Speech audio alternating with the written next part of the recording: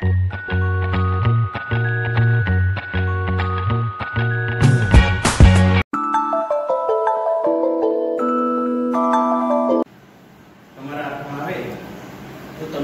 એક પછી જે નમૂનેદાર જે 25 વાર્તાઓ આપી છે 25 વાર્તાઓ એક પલાટીએ તમે વાંચી નાખો એવું નમૂનેદાર બહુ સરસ પુસ્તક ભરૂચના એમટી શાળાના સંચાલક ટ્રસ્ટી રણછોડભાઈ શાહ સાહેબ લખ્યું. આ એનું લગભગ 18મું પુસ્તક છે. આ પુસ્તક લગભગ 96 પાન અને 25 વાર્તાઓ છે, નમૂનેદાર વાર્તા છે. એક એક વાર્તા એમને જે દ્રષ્ટાંત દીધા છે, ઘટના પ્રસંગો પરથી લીધેલા છે.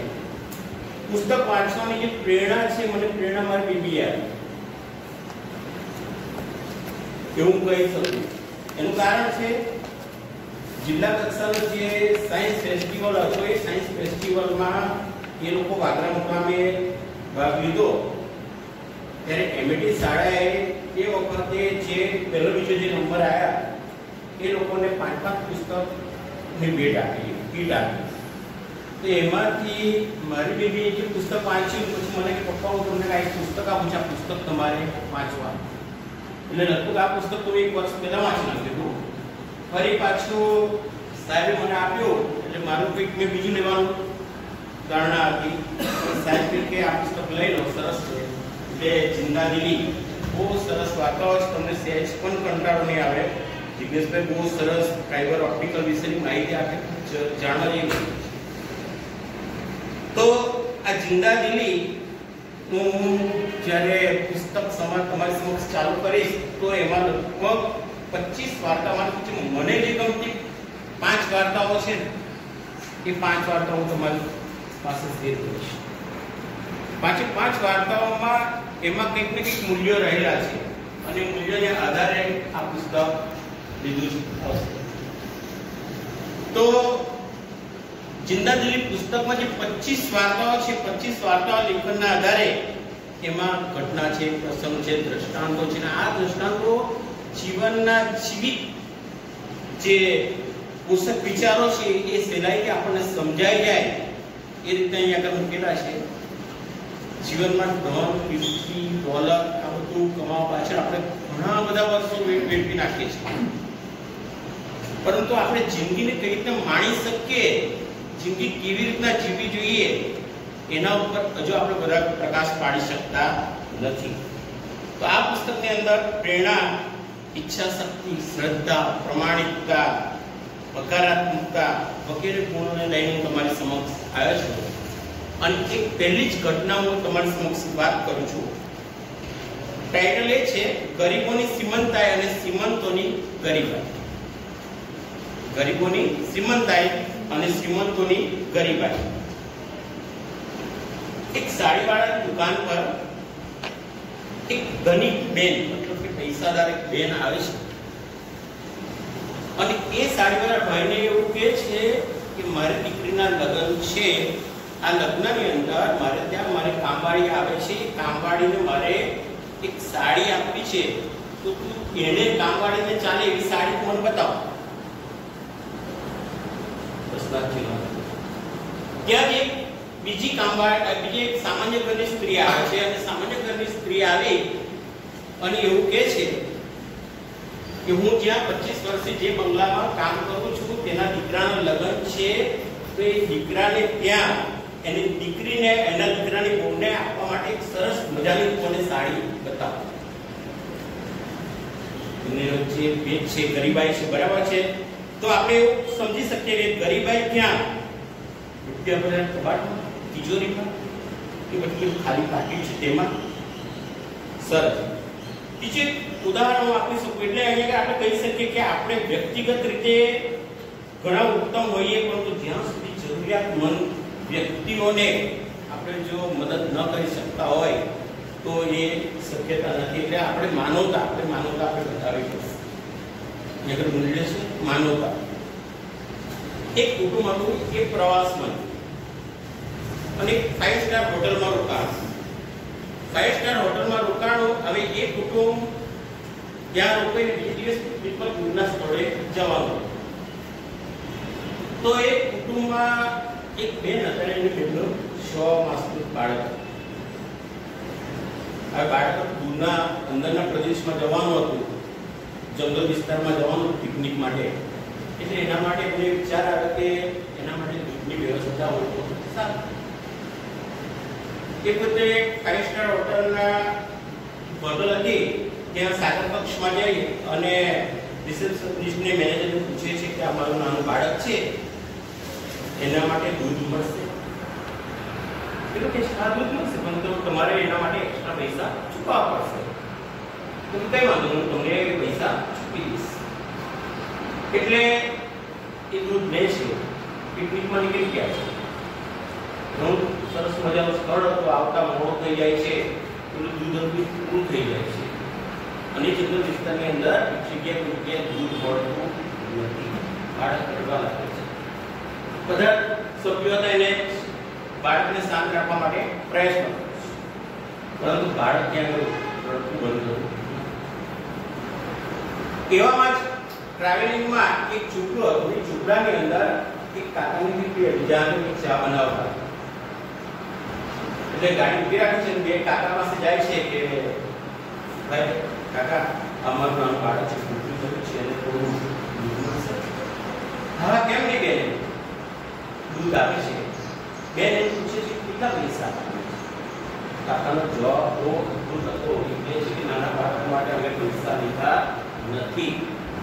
નાના બાળકો માટે અમે પૈસા લીધા નથી. અને સાથે એવું પણ કહે છે કે તમારે હજુ લાંબુ મુસાફર થવા, બાળક ફરી પાછું ભૂખ્યું થાય તો થોડું 100 ગ્રામ જેટલું દૂધ વધારે લેતા જાઓ. તો આપણે બે 5 સ્ટાર હોટલનો ધનવાન માલિક અને એક બાજુ આ જે લારી ચલાવતો કાકા, બરાબર છે, કોણ ઉદાર છે? તો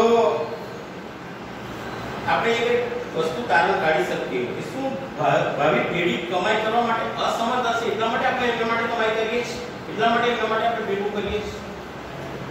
બીજી એક વસ્તુ, શું આપણી પાસે 5-10% રકમ સમાજ ઉપયોગના કાર્યમાં આપણે ન વાપરી શકીએ? અને ત્રીજી વસ્તુ, જિંદગી આપણને ખતમ કરે એ પહેલા જિંદગીને આપણે સરસ રીતના માણી લેવી જોઈએ. અહીં મારી પહેલી વાર્તા ગરીબોની શ્રીમંતાઈ અને શ્રીમંતોની ગરીબાઈ પૂર્ણ. એ બહુ સરસ દ્રષ્ટાંત છે. પ્રવર્ત ઈચ્છાશક્તિ ખોલે સફળતાના દ્વાર. શું છે કે લંડનમાં એક ચર્ચ છે. ચર્ચની અંદર એક પાદરી ચર્ચમાં સફાઈ કરવા માટે એક બાળકને રાખ્યો. પરંતુ લંડનની અંદર એ ચર્ચની અંદર નિયમ એવો હતો કે જેને પણ શાળાનું શિક્ષણ ન મેળવ્યું હોય તો એ પોતે એ ચર્ચમાં રહી શકે નહીં. પણ પાદરી એટલા જડ નિયમો હતા, નિયમોને દૂર કરીને પણ પેલાને ચર્ચમાં રાખે છે. થોડો સમય થયો અને ચર્ચની અંદર પેલા પાદરી વૃદ્ધ થયો એટલે નિવૃત્ત થયો અને એની જગ્યાએ બીજો એક પાદરી આવે છે. પાદરીને ખબર પડે છે કે આલ્ફ્રેડ ડનહિલ નામનો આ જે છોકરો છે એ અભણ છે, એને શાળાનું શિક્ષણ મેળવ્યું નથી અને એ પોતે ચર્ચમાં કામ કરી રહ્યો છે. એટલે આલ્ફ્રેડ ડનહિલને પોતાની પાસે બોલાવે છે અને કહે છે કે તું આ શાળામાં તું આ ચર્ચની અંદર કામ કરે છે, તારી પાસે શિક્ષણ તો છે નહીં. એક કામ કર, તારે 6 મહિનાની અંદર તારે મને પ્રમાણપત્ર આપવાનું કે તું શિક્ષણ લીધું છે તે, અથવા તારે અહીંયાથી નોકરી છે. આલ્ફ્રેડ ડનહિલ પાસે કોઈ વિકલ્પ નથી. એ પોતે ભણેલો નથી, પણ છે કે પોતે નોકરી છોડી દે છે. હવે આગળની કહાની જે થાય ને એ બહુ ઇમ્પોર્ટન્ટ છે. એ નોકરી છોડી અને પોતે બ્રાન્ચ સ્ટ્રીટમાં આંટા ફેરવા માટે પોતે બેકાર થઈ ગયો છે. હવે પાસે કશું કોઈ આજીવિકાનું કોઈ સાધન નથી. બ્રાન્ચ સ્ટ્રીટમાં એ જ્યારે આગળ વધી રહ્યો હતો ત્યારે એને સિગારેટ સ્મોક કરવા માટે સિગારેટની એને તરફ જાય છે. એને બ્રાન્ચ સ્ટ્રીટની પહેલી ગલી, બીજી ગલી, ત્રીજી ગલી, પણ ત્યાં આગળ એને કોઈ જગ્યા પર કોઈ નાની દુકાન, સિગારેટ માટેની દુકાન એને જોવા ન મળી. એટલે ડનહિલ એક વિચાર સૂચે છે કે આટલી બધી સ્ટ્રીટ મિત્રોમાં કોઈ સિગારેટ તો કોઈ વેપારી નથી. એટલે એક હું એક નાની દુકાન નાખું અને સિગારેટનું વેચાણ કરું તો કેવું સારું, મને તો આજીવિકા પણ મળી જાય. એટલે ડલ્ફિન આર્કેડ ત્યાં આગળ એક દુકાન નાખે છે અને એની સરસ મજાની સિગારેટની દુકાન ચાલે છે. થોડા સમય પછી બીજી ત્રીજી ચોથી ગલીના માણસો પણ બ્રાન્ચ સ્ટ્રીટના માણસો ત્યાં આગળ સિગારેટ લેવા માટે આવે છે. હવે તો એને એવું થયું કે આ મારી દુકાન કરતા હું બીજી નાખું ત્રીજી નાખું, આમ કરતા કરતા એને 100 દુકાન નાખી દીધી ત્યાં. આ 100 દુકાન નાખ્યા પછી આ ડલ્ફિન આર્કેડને ફરી પાછો એવો વિચાર સૂચે છે કે આ જે બ્રાન્ડ આર્કેડ નામની જે બ્રાન્ડ જે સિગારેટ છે, ડલ્ફિન આર્કેડ નામની જે બ્રાન્ડ સિગારેટ છે, જો આટલી બધી હું કમાઈ કર્યા તો હું એના માટે ફેક્ટરી ના નાખી શકું, એનો વેપારી ના બની શકું. તો વેપારી બનવા માટે મારે શું કરવું પડે? એટલે અમેરિકામાં એને લંડનની અંદર એને બધા ખેડૂત મિત્રોને ભેગા કર્યા કે તમે જો તમાકુનું વાવેતર કરતા હોય, સિગારેટ બનાવવા માટે તમાકુ જોઈએ અને તમાકુનું જો વાવેતર કરતા હોય તો હું તમને પોષણક્ષમ ભાવ આપીશ. તો ખેડૂતોને પણ સારા ભાવ મળતા હતા એટલે એમને તમાકુનું વાવેતર કર્યું અને એ પાછળ સિગારેટની એની ફેક્ટરી બનાવવા માંડ્યો. આ બ્રાન્ડ ઇંગ્લેન્ડની અંદર ખૂબ પ્રખ્યાત છે. ત્યારબાદ એને એવું થયું કે હું એક વેપારી બની જાઉં પણ તો એક ફેક્ટરીનું ઉત્પાદન ફેક્ટરી નાખું તો કેવું સારું. હવે જ્યારે ફેક્ટરી નાખવા માટે જાય છે તો ફેક્ટરી નાખવા માટે જાય એટલે તમાકુના જે ખેડૂતો હોય સતત એને તમાકુ આપે એ માટે એને કોન્ટ્રાક્ટ કરવા પડે. હવે એ કોન્ટ્રાક્ટ સરકારને પણ હસ્તક કરવી પડે. એટલે આજુબાજુના જે ખેડૂત મિત્રો હતા એ ખેડૂતોને ભેગા કરે છે, એમની સાથે કોન્ટ્રાક્ટ કરવા જાય છે. ત્યારે ત્યાં આગળ સેનેટરનો જે સભ્ય હતો એ સભ્ય ગવર્નમેન્ટ સભ્ય હતો એ પણ ત્યાં આગળ હાજર રહે છે અને આ ડલ્ફિન આર્કેડ જ્યારે સેનેટર સભ્યની સામે કોન્ટ્રાક્ટ પર સહી કરવાનો જ્યારે વારો આવે છે ત્યારથી અંગૂઠાનું નિશાન કરે છે. હવે જ્યારે એ અંગૂઠાનું નિશાન કરે છે ત્યારે ત્યાં આગળ સેનેટરનો જે ગવર્નર હતો ગવર્નરને આશ્ચર્ય થઈ જાય કે આમાં કંઈક અદ્ભુત લાગે છે, મને કે શું છે આ કે તમે અંગૂઠો પાડો એમાં રહસ્ય છુપાયેલું છે. ત્યારે ડલ્ફિન આર્કેડ જે કહે છે વાક્ય કે સાહેબ હું અભણ છું. ત્યારે ગવર્નર એને અભિનંદન આપે છે કે ધન્યવાદ છે કે ફેક્ટરીઓ તો ભણેલા ગણેલા વ્યક્તિ ખોલે તો પોતે અંગૂઠા છાપ અભણ વ્યક્તિ છે અને અહીંયા ફેક્ટરી ખોલે છે, બરાબર છે. તો અહીંયા આગળ આપણે આ જે ડલ્ફિન વિશ્વની અગ્રણી સિગારેટ બનાવતી કંપની બની ગઈ અને એની બ્રાન્ડ ઊંચી ફ્રેન્ચાઇઝીમાં અત્યારે પણ વેચાય છે. આપણા જીવનમાં સમસ્યા આવે, સમસ્યા એના ઉકેલ વિકલ્પો સાથે લઈને જ આવે છે. એટલે ખંતીલીને અખૂટ આત્મવિશ્વાસ ધરાવતી વ્યક્તિઓ આફતને અવસરમાં બદલી નાખે છે. એ બધા આપણે આટલું લેવાનું છે કે સમસ્યા તો આવવાની છે, એનું નિવારણ કરી દેવાનું, બરાબર છે. અને એ જે અવસર છે તેના આફતમાં મને ત્રીજી વાર્તા છે, બહુ મસ્ત છે. આત્માનો અવાજને ઓળખો. તો પાણી પીઓ એક મિનિટ. જીવનમાં અનેક શક્યતાઓથી ભરપૂર છે. જ્યારે જે મળે તેને સ્વીકારી આગળના રસ્તે જે ચાલવા માંડે તેને સફળતા મળે. જીવનમાં ઘણી બધી અવસર એવા આવે છે કે આપણે કદાચ એવું કહીએ કે આ મારે નથી સ્વીકારવું, અહીંયા જવું છે, આ કરવું છે, તે કરવું છે, અને કદાચ ન સ્વીકારતો આપણને સફળતા નથી મળતી. પણ જે સ્વીકાર લે છે, જે ઝડપી લે છે એને સફળતા અવશ્ય મળે છે. જીવનમાં પ્રાપ્ત થતી તકને જે ઝડપી લે તે ભવિષ્યમાં તેને પસ્તાવું પડતું નથી, બરાબર. વ્યક્તિની તાકાત કરતા તેનામાં રહેલા વલણ, તેનું દૃષ્ટિકોણ તેના જીવનના બદલાવમાં ખૂબ મહત્વનો ફાળો ભજવે છે. બહુ મસ્ત પોલને સેન્ડરની આ વાર્તા છે.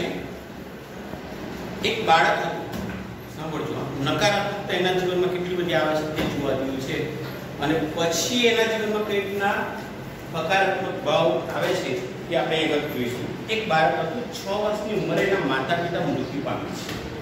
કેટલા? ફક્ત 6 વર્ષની ઉંમરે માતા પિતાનું છત ગુમાવી દે છે. 16 વર્ષની ઉંમર થઈ ત્યાં એને શાળાનું શિક્ષણના પોટલા બાદ લગ્ન કરી દીધું. ત્યાં બોલવાનું બંધ. 17 વર્ષનો થયો ત્યાં સુધીમાં એને 4 જગ્યાએ નોકરી કરી. કેટલી જગ્યાએ? 4. પરંતુ ચારે ચાર જગ્યાએથી કોઈ ને કોઈ જગ્યાએથી કાઢી કોઈ બાના હેઠળ કાઢી મૂકવામાં આવતો, કોઈ જગ્યાએ સ્થાયી થઈ શક્યો નહીં. 18 વર્ષે એના લગ્ન થયા અને 19મા વર્ષે એને ત્યાં એક દીકરીનો જન્મ થયો. સાહેબ 18 થી 22 વર્ષે કંડક્ટરની નોકરી કરી, સૈન્યમાં જોડાયા, પ્રાથમિક શિક્ષક માટે અરજી કરી, બેંકમાં નોકરી કરી, વીમા કંપનીમાં નોકરી કરી, ક્યાંય કોઈ જગ્યા પર સ્થાયી ન થઈ શક્યું. એને જ્યાં જ્યાં ત્યાં નિષ્ફળતા નિષ્ફળતા નિષ્ફળતા અને નિષ્ફળતા.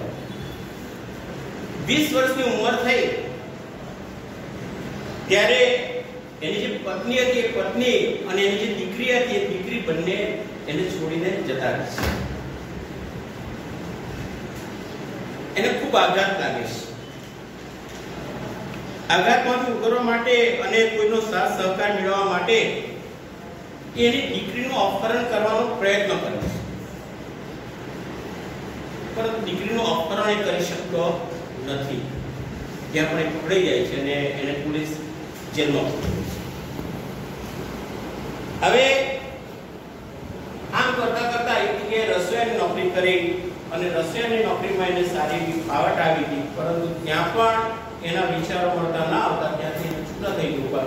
65 વર્ષની ઉંમરે એ પોતે નિવૃત્ત થાય છે. આ વ્યક્તિના જીવનમાં સફળતા નામનો શબ્દ નથી. એના પાછળ બે કારણ હોઈ શકે. એક, ત્યાં તો એના નસીબ સાથ નથી આપતું. નંબર 2, નબળી કામગીરીને કારણે આગળ વધી શકતો નથી. નસીબ કા સાથ નથી આપતું કારણ એની નબળી કામગીરી છે, એના કારણે આગળ વધી શકતો નથી. હવે જો 65 વર્ષની ઉંમરે નિવૃત્ત થાય છે, એની સાથે કોઈ છે નથી, એટલે નિવૃત્ત થયો ત્યારે એને $107 યુરો મળ્યા. 107 આ 107 યુરો લઈ અને પોતાનું પ્રસિદ્ધનામું લખવા એક ઝાડ નીચે જાય અને ઝાડ નીચે પ્રસિદ્ધનામું લખી અને પોતે ક્યાંક આપઘાત કરી સુસાઇડ કરીને મૃત્યુ પામે. હવે પ્રસિદ્ધનામું જ્યારે લખવા જાય છે તો પ્રસિદ્ધનામું લખતા લખતા એની આંખમાં આંસુ આવી જાય છે. એને એનું ભૂતકાળ બધું યાદ આવે છે. કેટલી જગ્યાએ પ્રયત્ન કર્યા, ક્યાં ક્યાં પ્રયત્ન કર્યા, પણ કોઈ જગ્યાએ મને સફળતા નથી. તો એને એક વિચાર આવે છે કે આત્માની સૂઝ, આત્માનો અહંકાર આવે છે કે જો હું આ બધી નિષ્ફળતાને હું શું સારું કરી શકે એવું હું કાગળમાં લખું તો એક આત્માનો અવાજ આવે છે અને આ આત્માના અવાજમાંથી એને એવું ફીલ થાય છે કે હું રસોઈયા તરીકેની જે કામગીરી કરતો હતો એ રસોઈયા તરીકેની કામગીરી હું બેસ્ટ હતી અને હું એક સારો રસોઈ હતો, કેન્ટીન ચલાવતો હતો અને મારે રસોઈ પણ જે બગલામાં રસોઈ કરવા જતો હતો ત્યાં એટલે તરત વિચાર હું પ્રાઇવેટ પોતાનો રસો સરસ મજાની વાનગીઓ બનાવીને વેચું, હું ઘણા બધા પૈસા કમાઈ શકું એમ છે. એટલે તાત્કાલિક આ વિચાર એનામાં સ્ફૂર્ત થાય છે એટલે $107 લઈને $87 બેંકમાંથી ઉપાડી લાવી રસોઈના સાધનો લાવે છે અને રસોઈના સાધનો લાવ્યા બાદ એ પોતે પોતાની જે રેસીપી હતી રેસીપીમાં વધારે રેસીપી બનાવી અને ચિકન બનાવે છે અને એ ચિકન બનાવે છે તો એનું ચિકન એ જે શહેરમાં રહેતો એટલું બધું વેચાવા લાગ્યું કે એને ત્યાં આગળ એની માંગ થવા લાગી. જે માણસ આપઘાત કરવા માટે જતો હતો તે માણસને 65 વર્ષ પછી નિવૃત્તિના સમય દરમિયાન એનું જે કેન્ટુકી ચલાવી એ કેન્ટુકીની અંદર એનું ચિકન અને એની બીજી આઈટમ એટલી બધી વેચવા લાગી. તેમાંથી એને એક કેન્ટુકી ફ્રાઈડ ચિકન KFC નામની બ્રાન્ડ ધરાવતી વાનગી આજે પણ હાલમાં ઉપલબ્ધ છે અને એની ફ્રેન્ચાઇઝી લીધી હોય તો ખૂબ જ મોંઘી છે. કોઈ ફ્રેન્ચાઇઝી આ એક બ્રાન્ડ છે. 65 વર્ષની ઉંમરે જે આપઘાત કરવા વિચારતો હતો એ 88 વર્ષની ઉંમરે કોલોનેસ સેન્ડર જે અબજો ડોલરનો માલિક બની જાય છે. મિત્રો આ વાર્તા પર આપણે એક જ પ્રકાશ ફેંકી શકીએ કે ગમે તે ઉંમરે ગમે તે વ્યવસાયની અચૂક શરૂઆત કરીએ અને જીવનમાં સૌથી અગત્યનું કાંઈ હોય તો તે પોતાનું વલણ, કઈ બાબતે કાર્ય છોડી દેવું નહીં. બરાબર છે? કઠિન હોય તે કાર્યની પણ શરૂઆત કરવી જોઈએ. અને આના પછીની વાર્તા છે એ પણ ઇમ્પોર્ટન્ટ અને આપણને જે લાગુ પડે છે એવી જ વાર્તાઓ મેં અત્યારે આ વાર્તા સંદર્ભમાં લીધી છે. અન્નનો બગાડ કરવો નહીં. રતન ટાટાએ પોતાના એક ટ્વીટમાં લખ્યું હતું, રતન ટાટાએ કે પોતે એમના કેટલાક સ્નેહી સ્વજનો સાથે જર્મનીના પ્રવાસે ગયા. તો જર્મન દેશ તો ઔદ્યોગિક હરણફાળ કરતો એક સમૃદ્ધ દેશ છે. ત્યાંના લોકો વૈભવી જીવન જીવતા હશે એવા આપણા અત્યારે પણ વિચારો હોય. આપણે જર્મની ગયા ના હોય કારણ કે સમૃદ્ધ દેશની અંદર એ વૈભવી વિચાર ધરાવતા હશે એવો હશે. ત્યારે એમના જે સાથીઓ હતા એ સાથીઓ જર્મનીમાં હેમ્બેર્ગ પહોંચ્યા. ત્યારે તેમના સાથીઓ એક રેસ્ટોરન્ટમાં પહોંચ્યા. એક ટેબલ પર એક નવપરિણીત કપલ બેઠું હતું. એમની પાસે ફક્ત 2 ડીશ હતી અને એક ઊંડા પીણું હતું. આપણને એવું થાય કે આ તો ચૂંગો હશે, નવો પડેલો છે ને આટલી 2 ડીશમાં એના માટે કંઈક લાવ્યો હશે. પરંતુ ત્યાં આગળ અને બીજી એક સામેના ટેબલ પર એક સ્ત્રીઓ બેઠી હતી. એ સ્ત્રીઓ પણ પોતાની પ્લેટની અંદર જેટલી પણ આઈટમ એમને ખાવી હોય એટલી જ આઈટમ એ પોતે મંગાવતો. હવે બન્યું એવું કે એ સમય દરમિયાન આ રેસ્ટોરન્ટની અંદર જે રતન ટાટાના કે ટાટાના જે સ્થાનિક ત્યાં આગળ કોઈક રહેતા હશે મિત્ર, એ મિત્રએ એમને જમવા માટેનું આયોજન કર્યું.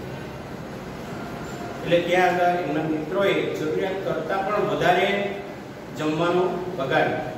અને જ્યારે એ લોકો જમીને ઊભા થાય છે તો ત્યાં આગળ ડીશમાં ત્રીજા ભાગનું અનાજ પડી ગયું. કેટલા ભાગનું? ત્રીજા ભાગ. પોતે કાઉન્ટર પર જઈ અને બિલ ચૂકવી દે છે. પરંતુ સામેના ટેબલ પર દૂર બેઠેલી પેલી વૃદ્ધ જે સ્ત્રીઓ હતી એ સ્ત્રીઓએ આની નોંધ લીધી અને એ સ્ત્રીઓએ નમ્રતા ભર્યા સ્વરે ઇંગ્લિશમાં એમને કહ્યું કે તમે અન્નનો બગાડ કરી શકો નહીં. એક ગુનો છે.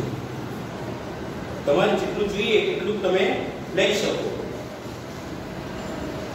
તો એમના જે સાથીઓ હતા એ સાથીઓએ કહ્યું કે બિલના પૈસા તો અમે ચૂકવીએ છીએ, તમારે શું લેવા દેવાનું? અમે જેટલું જમવાનું લીધું એ બધા બિલના પૈસા ચૂકવી દીધા છે, તો તમારે કોઈ લેવા દેવા નહીં. સ્ત્રીઓ ખૂબ ગુસ્સે થઈ ગઈ અને એમાંની એક સ્ત્રીએ ફોન કરી સામાજિક સુરક્ષા સંસ્થાને. તો સામાજિક સુરક્ષા સંસ્થાના જે કર્મચારીઓ હતા એ કર્મચારીઓ ત્યાં આગળ આવી જાય છે અને એમને ઠપકો આપે છે, કહે છે તમે જેટલું ખાય એટલું લઈ શકો, બરાબર, વધારે મંગાવવું જોઈએ નહીં. પૈસા તમારા છે પણ અન્ન તમારું નથી. એ રાષ્ટ્રીય સંપત્તિ છે. દુનિયામાં કેટલાય લોકો ભૂખે સૂવે છે. દુનિયાના કેટલાય લોકો પાસે 2 ટાઈમ જમવાનું નથી અને ભૂખે મારે. તમારી પાસે અન્નનો ભંડાર હોય પણ તમે વેચી શકો નહીં. આ ધનાઢ્ય દેશના લોકોની જે માનસિકતા જોઈ આપણું શેર ઝૂકી જાય છે કે આપણે અહીંયા આગળ કેટલો અન્નનો બગાડ કરીએ છીએ આપણે સમજી શકીએ છીએ. આપણો દેશ સાધનો અને સંપત્તિની બાબતમાં જર્મની કરતા પાછળ છે, સમૃદ્ધ નથી. આપણે હોટલમાં ઘણી વખત જરૂરિયાત કરતા વધારે ટેબલ ભરીને એટલું બધું મંગાવીએ છીએ અને પછી એને બેદરકારીથી એનો બગાડ કરીએ છીએ. આપણે આવી કૃત્યો વિશે ખૂબ ગંભીરતાપૂર્વક વિચારવું જોઈએ. સાચી વાત એ છે પૈસા આપણા છે, સાધનો અને સંપત્તિ તો રાષ્ટ્રના છે. તે વાપરવાનો આપણો હક છે પરંતુ વેડફવાનો હક નથી. કોઈ પણ દેશ ત્યારે જ ઊંચો આવી શકે કે તેના નાગરિકો મહાન હોય. નાની બાબતમાં ધ્યાન રાખવું, કાળજી લેવી જોઈએ તો જે તે દેશનો વિકાસ શક્ય છે. આપણે અન્નનો બગાડ ન કરી શકીએ, આપણે પાણીનો બગાડ ન કરી શકીએ, આપણે વીજળીનો બગાડ પણ ન કરી શકીએ. આવી બાબતો આપણે ક્લાસમાં પણ વિદ્યાર્થીઓ સમક્ષ જઈ અને બતાવી જોઈએ. અને લાસ્ટ છેલ્લું મારો જે વાર્તા છે, માસ્ટર બ્લાસ્ટરનો છેલ્લો સ્ટોપ, બહુ જ ઇમ્પોર્ટન્ટ છે. સચિન તેંડુલકર નું નામ આપણે ક્રિકેટના વિતાર પાસા તરીકે સાંભળ્યું છે. આ ક્રિકેટનો વિતાર પાસા સચિન તેંડુલકર જ્યારે પોતાની છેલ્લી ઇનિંગ રમે છે અને છેલ્લી ઇનિંગ પહેલા એનું જે વિદાય પ્રવચન આપે છે. વિદાય પ્રવચન સાંભળવા જેવું છે અને વિચારવા જેવું છે. વિદ્યાર્થીઓને પણ આપણે કહી શકીએ કુટુંબના જે સભ્યો છે એ સભ્યો પણ એનામાં કઈ રીતના પોતાના બાળક પ્રત્યે કાળજી રાખી શકે એ સરસ મજાનું એનું એ છે. મને ગમ્યું એટલે લીધું છે. ક્રિકેટ જગતના બેતાજ બાદશાહ સચિન રમેશ તેંડુલકર ક્રિકેટમાંથી નિવૃત્તિ લીધી. કદાચ ક્રિકેટ જગતને બીજો રન મશીન મળશે એનાથી પણ સારો, પરંતુ એક સજ્જનને આવી જવાનું સચિનમાં જે રહેલું મૂલ્ય છે એ કદાચ નહીં મળે. કે જે ઉત્તમ એનામાં જે સજ્જનતા હતી એ સજ્જનતા ઉત્તમ પ્રકારની હતી અને એના વિદાય પ્રવચનમાં એ ઉત્તમ કોટીની જે સજ્જનતા હતી એ સજ્જનતાને કારણે એ પોતે લાગણીશીલ હતો. એની આંખોમાં આંસુ હતા. એનું જે પ્રવચન છે પ્રવચન એને શરૂઆત કરી ક્રિકેટની અને એનો અંત કઈ રીતના આવ્યો એમાં એ બહુ સરસ રીતના વાત કરે છે. માત્ર 11 વર્ષની ઉંમરે પોતાની રીતે આગળ વધવા માટે એના પિતા પાસે પરમિશન માંગે છે. તેના પિતા એને સ્વતંત્રતા આપે છે, એનામાં વિશ્વાસ મૂકે છે. તો એ જે વિશ્વાસ મૂકે છે સચિન એ બદલ એના પિતાનો આભાર માને છે. આજે વાલીઓ પોતાના બાળકને વર્તુળમાં રાખે છે, સ્વતંત્રતા આપતા નથી. એવું આપણે ક્યારેક ક્યારેક જોવા મળે છે, બરાબર છે. તો વિકસવા માટે ખુલ્લું આકાશ કે આપતા નથી. બીજું, વડીલો માટે આ મુદ્દો ખૂબ વિચાર માંગીને તેવો છે. કદાચ આપણા મીટિંગો હોય તો આપણે આ વસ્તુ બતાવી શકીએ. નેક્સ્ટ, એના પપ્પાએ ત્યાં આગળ બે વાત કહી. પહેલા નંબરની વાત એવું કહી કે બેટા ક્યારેક ટૂંકા રસ્તે ના જતો, શોર્ટકટ ના મારતો અને ટૂંકા રસ્તે સફળતા પ્રાપ્ત કરવાનો પ્રયત્ન ન કરતો. સચિને ક્યારેય નથી. બીજી વસ્તુ એ ઉત્તમ ક્રિકેટર સાથે એક ઉત્તમ માનવી પણ બનજે. ત્યારબાદ એની મમ્મીની યાદ કરે છે. ખૂબ ચંચળ હતો, તોફાની હતો અને એની મમ્મી એને એ અવસ્થાની અંદર એના માટે જે પ્રાર્થના કરે છે તો એમાંથી એને તાકાત મળે છે, એમાંથી એને એ તાકાત મળે છે, વિકાસ થાય છે, એમાં હિંમતનું દર્શન થાય છે. માટે એના મમ્મીનો પણ એ આભાર માને છે. સંયુક્ત કુટુંબમાં રહેતું ફેમિલી હતું, કાકા કાકી સાથે રહેતા હતા. એટલે કાકા કાકીએ પણ એના ઉછેરમાં ઘણો બધો સાથ સહકાર આપ્યો હતો. એટલે પોતે કાકા કાકીનો પણ એ ભવ્ય પ્રવચનમાં એ આભાર દર્શન કરે છે. આ રીતે વડીલો તરફ ખૂબ આદરપૂર્વક પ્રેમ ઋણ સ્વીકારવાની ભાવના એ અદા કરે છે. ત્યારબાદ ભાઈ બહેનને યાદ કરે છે. એનો મોટો ભાઈ નીતિશ ખૂબ ઓછું બોલો હતો, પરંતુ સચિન કંઈક સારું કરે એ માટે એને સતત પ્રોત્સાહિત કરતો હતો. એટલે નીતિશનો પણ ખૂબ આભાર માને છે. એની બેન સવિતા એને ક્યારેય ભૂલતો નથી અને બેનનું નામ જ્યારે આવે છે ત્યારે એની આંખોમાં સજજ આંસુ આવી જાય છે. એટલા માટે નથી ભૂલી શકતો કે બેને એને પહેલું બેટ લઈ આપ્યું. એના જીવનમાં જે સૌથી પહેલા પહેલું જે બેટ લઈ આપ્યું હતું એ પણ એની બેન સવિતાને આપ્યું હતું. તો એ બેટ માટે એવું કહે છે કે એનું બેટ આખી જિંદગી એને સંગાથી બન્યું. એટલા માટે બેનને ક્યારેય ભૂલતો નથી. માત્ર 11 વર્ષની ઉંમરે ગુરુ આચરેકર પાસે એનો ભાઈ અજીત થઈ જાય છે. ગુરુ ચેલા આંતરરાષ્ટ્રીય ખ્યાતિ પ્રાપ્ત કરી તેના પાયામાં ભાઈ અજીત હતો. સચિન કોઈ પણ મેચ રમે ત્યારબાદ મેચનું બંને ટ્રાય એનાલિસિસ કરતા પૃથ્થકરણ કરતા. સાંજે મેચ પૂરી થઈ જાય એટલે સચિન અને અજીત એ આખી મેચનું પૃથ્થકરણ કરતા.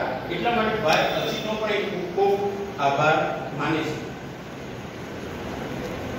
સચિન જે છેલ્લી મેચમાં જ્યારે એ નિવૃત્ત થવાનો હતો, નિવૃત્તિની છેલ્લી મેચ હતી વેસ્ટ ઇન્ડિઝ સામેની વાનખેડે સ્ટેડિયમ પર છેલ્લી મેચ હતી અને છેલ્લી મેચની અંદર ભારતે એક જ ઇનિંગમાં જીતી જાય એવી પરિસ્થિતિ હતી. સચિન ત્યારે 74 રન બનાવીને આઉટ થાય છે. એ 74 રન બનાવીને આઉટ થાય ત્રીજો દાવ આવવાનો શક્યતા બિલકુલ હતી નહીં. તો એ 74 રન બનાવ્યા પછી પણ સાંજે પછી સચિન કોઈ ઇનિંગ રમવાની નથી, કોઈ મેચ રમવાની નહોતી. તો 74 રન બનાવ્યા પછી પણ સચિન અને અજીત રાત્રે તું કઈ રીતના ઉઠ્યો આખું તારું એનાલિસિસ કરે છે સિનેમેટિક. તો એના પરથી આપણે એટલું વિચારી શકીએ કે પોતાના કાર્યક્ષેત્ર કેટલો પ્રતિબદ્ધ વફાદારના પ્રમાણે હતો. સચિને સૌને શીખવાડ્યું કે આપણે આપણા કાર્ય પ્રત્યે સતત સાતત્ય રાખવું જોઈએ, મર્યાદા અને દોષોના નિવારણનો ઉપાય શોધવા જોઈએ. ત્યારબાદ અંજલિનો વારો આવે છે કે એની જીવન સંઘની અંજલિને ખૂબ યાદ કરે છે ને જાહેરમાં આ પુરુષ પ્રધાન સમાજનો દેશ ગણાતો હોય અને જાહેર પ્રવચનમાં પોતાની ધર્મચારિણીનો જ્યારે એ વખાણ કરે છે કે અંતિમ વ્યવસાય ડોક્ટર હતી, છતાંય એ પોતાના પતિની કારકિર્દી માટે એ ડોક્ટરનો વ્યવસાય છોડી રહી અને એના માતા પિતાનું ધ્યાન રાખ્યું, એના બાળકોનું ધ્યાન રાખ્યું, એ બદલ એનો પણ આભાર માને છે. ત્યારબાદ સાસુ સસરા ફિઝિયોથેરાપિસ્ટ ક્રિકેટ કંટ્રોલ બોર્ડના સભ્યો સાથી ક્રિકેટરોનો આભાર માને છે. કુટુંબિક ભાવનાનું ઘણું મહત્વ હોય છે. આ વખતે પછી આપણને અહીંયા આગળ નોંધ કરવાનું મન થાય છે. સચિન એક મૂલ્યનિષ્ઠ હતો અને ઉચ્ચ નૈતિક ધોરણ ધરાવતો હતો. કોઈ એક વ્યક્તિની કારકિર્દીમાં આગળ વધે તેના કુટુંબનો સહયોગ ખૂબ જરૂરી છે. ત્યારબાદ વિશેષ તો સચિન પોતાના ગુરુ આચરેકર ને માન, સન્માન અને લાગણીની ભાવનાથી જુએ છે. શરૂઆતમાં આચરેકર એમના સ્કૂટર પર બેસાડીને સચિનને એક મેચથી બીજી મેચ માટે રમવા માટે લઈ જતા હતા. ક્યારેક સચિન આચરેકરજી કે સચિન જે જ્યારે બેટિંગ કરતો હોય સ્ટમ્પ પરથી એક સ્ટમ્પ પર રૂપિયાનો સિક્કો મૂકતા હતા અને જે બોલર એની વિકેટ પાડે તેને રૂપિયાનો સિક્કો મળતો હતો. અને જો એ નોટ આઉટ રહે તો એ રૂપિયાનો જે સિક્કો હતો એ સચિન પાસે રહેતો હતો. સચિને આવા ઘણા બધા સિક્કાઓ ભેગા કરી અને એ પોતે ત્યાં આગળ આ પ્રસંગ આલેખતા પોતે ગડબડો થઈ જાય છે, એની આંખોમાં આંસુ આવી જાય છે. એ આચરેકરને ક્યારેય બોલતો નથી. આચરેકરમાં જે પ્રેરણા અને પ્રયોગ વડીલો માટે ખૂબ ઉપયોગી થશે. સચિન હતો ત્યારે ગુરુ સ્ટમ્પ પર જે રૂપિયો મૂકતા હતા એ રૂપિયો જ્યારે સચિનનો આઉટ હતો ત્યારે સચિન પાસે જે સંગ્રહાયેલા જે રૂપિયા છે એ રૂપિયાનું ગુણ સચિન હર હંમેશ એના હૃદયમાં રાખશે. આચરેકર માટે આજે પણ એ એટલી બધી પ્રતિબદ્ધતા છે. એક શિક્ષક વિદ્યાર્થીના વિકાસમાં કેવી ભૂમિકા ભજવી શકે તે અહીં આગળ આપેલું છે. સચિનનું વિદાય વક્તવ્ય એક ઉત્તમ સંભાળનું હતું. અહીં આગળ એક વાર્તા એક બહુ જ ઇમ્પોર્ટન્ટ છે ને આપણે સરસ રીતના લઈ શકીએ. કોઈ પણ વાર્તાને કેવી હોય તો આપણે મૌલિકતાથી કહી શકીએ એવું સરસ મજાનું પુસ્તક છે. અહીં આગળ તમે મને સાંભળો બરાબર બોરિંગ થયા હોય તો તે માફ કરશો. ઓકે.